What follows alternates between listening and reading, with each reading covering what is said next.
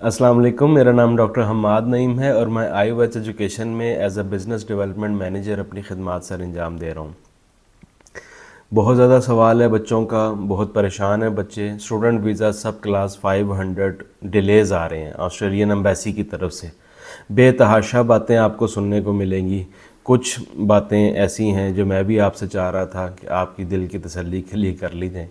सबसे बुनियादी बात जो समझने वाली है वो ये है कि ऑस्ट्रेलियन एम्बेसी या किसी भी मुल्क की एम्बेसी वो किसी दूसरे मुल्क के ऊपर डिपेंडेंट नहीं है।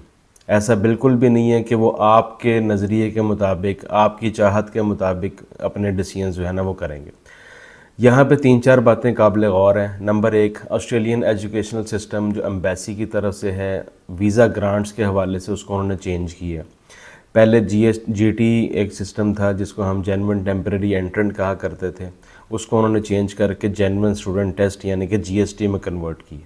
ऑब्वियसली जब भी किसी एम्बेसी के अंदर या किसी मुल्क के अंदर किसी सिस्टम को चेंज किया जाता है तो उसमें उसको अपडेट करते करते उसके अंदर आने वाले फ्लॉज़ को, कोताहियों को, चीज़ों को समझने में एम्बेसी को थोड़ा सा टाइम रिक्वायर्ड होता है।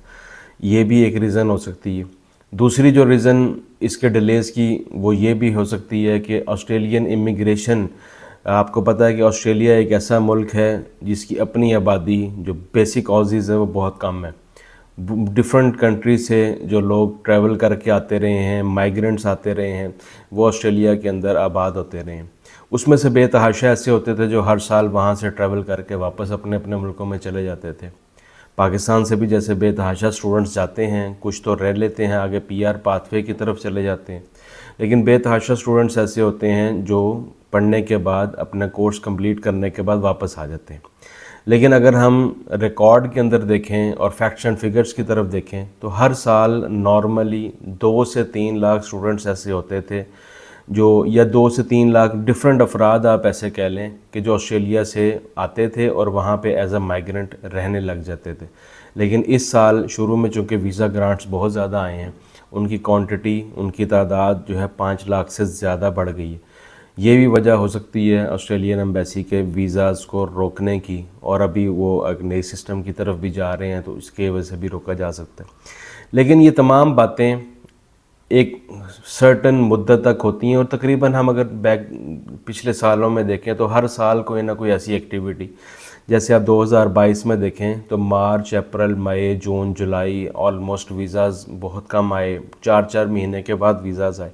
तो ये हर साल कोई ना कोई टेन्योर ऐसा आता है। तो इसमें मेरे ख़्याल में आपको परेशान या घबराने की ज़रूरत बिल्कुल भी नहीं है। थोड़ा सा वेट करें और इंशाल्लाह हालात बेहतर होंगे। मोस्ट प्रोबेबली फिर इसमें बेतहाशा बातें हैं और सारी बातें वही हैं जो एम्बेसी की तरफ से नहीं है, हर बंदा अपने अपने हिसाब से कर रहा है।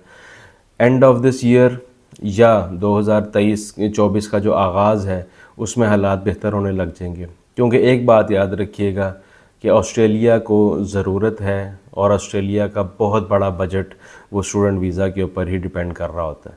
तो ऑब्वियसली ये चीज़ें बेहतर होंगी और इनके अंदर जो है ना बेहतरी आएगी। Follow for more. अल्लाह हाफिज़।